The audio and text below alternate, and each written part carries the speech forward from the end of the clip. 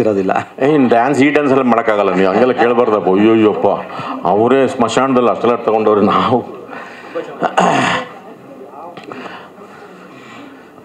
ಎಲ್ಲರಿಗೂ ನಮಸ್ಕಾರ ನಮಸ್ಕಾರ ನಮಸ್ಕಾರ.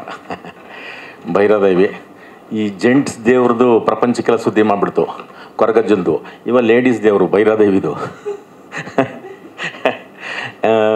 ತುಂಬ ಒಂದು ಬೇರೆ ಥರದ್ದು ಪ್ರಯತ್ನ. ಯಾಕಂದರೆ ಈ ದೇವಕ್ಕೂ ಯಾವಾಗೂ ವರ್ತಮಾನದಲ್ಲೇ ಇರ್ತವೆ ಅಪ್ಡೇಟ್. ಅವು ಓಕೆ, ವರ್ಷದ್ದು ಹಿಂದೆ ಮುಂದೆದು ಭೂತಕಾಲಕ್ಕೂ ಭವಿಷ್ಯ ಕಾಲದಲ್ಲಿ ಇರಲ್ಲ, ಅದು ಯಾವಾಗಲೂ ವರ್ತಮಾನದಲ್ಲೇ ಇರ್ತದೆ. ಈ ಥರದೊಂದು ಕಥೆ ಮಾಡಿದ ಶ್ರೀಜೆ ಅವ್ರು ಹೆಂಗೆ ಮಾಡಿದ್ರು, ರಮೇಶ್ ಸರ್ಗೆ ಈ ಥರದ್ದು. ರಮೇಶ್ ಸರ್ದು ಅವ್ರ ಕ್ಯಾರೆಕ್ಟರ್ಗೆ ಅದು ಏನು ಅಂತ ಹೇಳೋದು ಗೊತ್ತಾಗಲ್ಲ. ವಿದ್ಯಾವಂತರು ದಿಕ್ತಪ್ಪರು ದೇವರನ್ನು ಇಬ್ಬರನ್ನೂ ಯಾಮಾರಿಸ್ಬಿಡ್ತಾರೆ.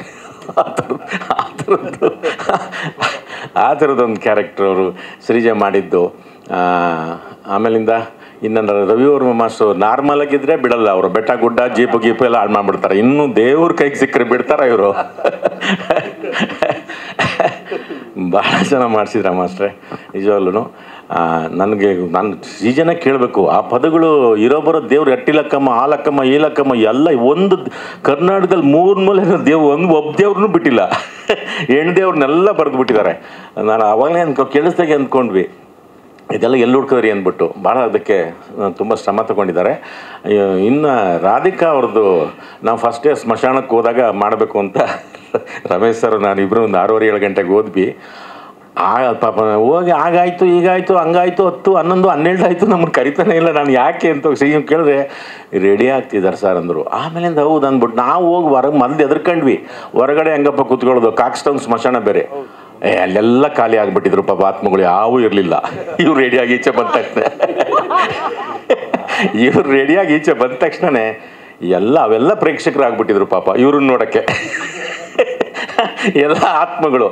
ನಮಗೇನೆ ಭಾಳ ಖುಷಿ ಆಯಿತು ಅದನ್ನು ನೋಡಿ. ಇಷ್ಟು ಅಂದರೆ ಸುಮಾರು ನಾವೆಲ್ಲ ಕೇಳಿದ್ವಿ ಯಾವ್ಯಾವುದನ್ನ ಬೇರೆ ಥರದ್ದು ಈ ಮಾಸ್ಕ್ ಮೇಕಪ್ಪು ಅದಕ್ಕೆ ಇದಕ್ಕೆ ಲ್ಯಾಟೆಕ್ಸ್ ಮೇಕಪ್ಗೆಲ್ಲ ಒಂದಷ್ಟು ಸಿಗುತ್ತೆ ಅಂತ.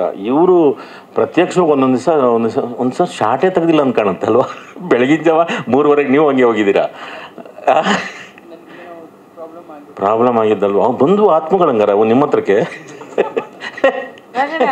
ಅಲ್ಲ, ನಮಗೆ ಗೊತ್ತಿಲ್ಲ, ನಮಗೆ ನಿಜವಾಗ್ಲೂ ಗೊತ್ತಿಲ್ಲ. ಹೌದು, ಹಂಗೆ ಆವಾಹನೆ ಮಾಡಿಕೊಂಡು ಆ ಥರದ್ದು ನಿಜವಾಗ್ಲೂ ನೆನ್ನೆ ಶೋನ ನೋಡಿದಾರೆ ಸುಮಾರು ಜನ. ಅದೇ ನಾವು ಹೇಳ್ದಂಗೆ ಈ ಭೈರಾದೇವಿ ಈ ಸಬ್ಜೆಕ್ಟ್ ಆಗ್ಬೋದು, ಈ ಥರದ್ದು ಪಾತ್ರ ಆಗ್ಬೋದು, ಇದನ್ನು ಸೃಷ್ಟಿ ಮಾಡಿದಂಥ ನಮ್ಮ ಡೈರೆಕ್ಟರ್ಗೆ ಆಗ್ಬೋದು. ಆಮೇಲೆ ಇದನ್ನು ನಾವು ಇದು ಬರೀ ಇಲ್ಲಿಗಲ್ಲ, ಇದು ತುಂಬ ಜರ್ನಿ ಮಾಡಿಸುತ್ತೆ ನಮ್ಗೆ ಎಲ್ಲರನ್ನೂ. ಎಲ್ಲೆಲ್ಲೋ ಕರ್ಕೊಂಡೋಯ್ತು. ಆ ಯಾನಾಗೋದ್ವಿ, ಆ ಯಾನದ ಪರಕ್ಲು ಸಂಧಿಗಳು, ಆ ಪಾರವಾಳ ಗಿರ್ವಾಳ ಓಡಾಡೋ ಜಾಗದಲ್ಲಿ ನಾವು ಓಡಾಡ್ಕೊಂಡು ಆಮೇಲೆ ಕಾಶಿದು ಇನ್ನೊಂದು 5-6 ದಿವಸ ಇದ್ದಿದ್ರೆ, ನಾವು ಇನ್ನೊಂದು 2-3 ದಿವಸ ಇದ್ದಿದ್ರೆ ನಮಗೂ ಒಂಥರ ವೈರಾಗ್ಯ ಶುರುವಾಗೋದು. ಇಲ್ಲೇ ಇದ್ಬಿಡೋಣಪ್ಪ ಅಂತ ಅನ್ನಿಸ್ಬಿಡೋದು. ಯಾಕೆಂದರೆ ಅಷ್ಟು ಅದು ತುಂಬ ಕಾಸ್ಮಿಕ್ ಎನರ್ಜಿ ಇರೋಂಥದ್ದು ಜಾಗ. ಅದಕ್ಕೆ ನಾವು ಸಾಕಷ್ಟು ಹೋಗಿದ್ವಿ. ಬಟ್ ಇದೇ ಪಾತ್ರಕ್ಕೆ ಹೋದಾಗ ಆ ಕಾಶಿ ಇದಾಗ್ಬೋದು, ಮಿಕ್ಕಿದ್ದು ಅದನ್ನೇ ಇಡಿಯಾಗಿ ಪೂರ್ತಿ ಅದರದ್ದು ಆ ಗುಹೆ ಸೆಟ್ನ ಕಂಠೀರವದಲ್ಲಿ ಹಾಕಿದ್ರು ರವಿಯವರು, ಜಾಧವ್ ಅವರು. ಅಯ್ಯಪ್ಪ, ನಮಗೆ ಅಲ್ಲೇ ಇದ್ದಾರೆ ಸರ್, ಅಲ್ಲೇ ಇದ್ದಾರಲ್ಲ. ಆ ತಲೆ ಬುರುಡೆ ಎಲ್ಲ ಎಲ್ಲಿ ಹುಡ್ಕೊಂಬಂದ್ರನಪ್ಪ ಅಷ್ಟೊಂದು. ನಿಜವಾಗ್ಲೂ ಒಂದು ಬೇರೆ ಥರದ ಪ್ರಯತ್ನ ಮಾಡಿದ್ದಾರೆ ಈ ಸಿನಿಮಾದಲ್ಲಿ. ಹಾಗಾಗಿ ನೆನ್ನೆ ನೋಡಿದವ್ರಿಗೆಲ್ಲರೂ ಒಂದು ರೀತಿ ಇಷ್ಟ ಆಗಿದೆ. ಅನೂರ್ಗೆ ಕಂಗ್ರ್ಯಾಚುಲೇಷನ್. 25 ವರ್ಷ ಆಯ್ತಲ್ವಾ? ಎಂತೆಂಥ ಪಾತ್ರಗಳು ಮಾಡಿದ್ರು ನೋಡಿ. ರಮೇಶ್ ಸರ್ಗೂ ವಯಸ್ಸಾಗಿಲ್ಲ, ಇವ್ರಿಗೂ ವಯಸ್ಸಾಗಿಲ್ಲ. ಎಲ್ಲ ಹೆಂಗ್ ಟೀಮ್ ಇದು. ರಾಧಿಕಾ ಅವರಿಂದ ಸೇರ್ಕೊಂಡು ಎಲ್ಲರದು. ನಮ್ಮದೇ ಸ್ವಲ್ಪ ಹೆಂಗೆಂಗೋ. ಭಾಳ ಖುಷಿಯಾಗುತ್ತೆ ಈ ಥರದೊಂದು ಸಿನಿಮಾದೊಳಗೆ ಸೇರ್ಕೊಂಡು ಕೆಲಸ ಮಾಡೋದು.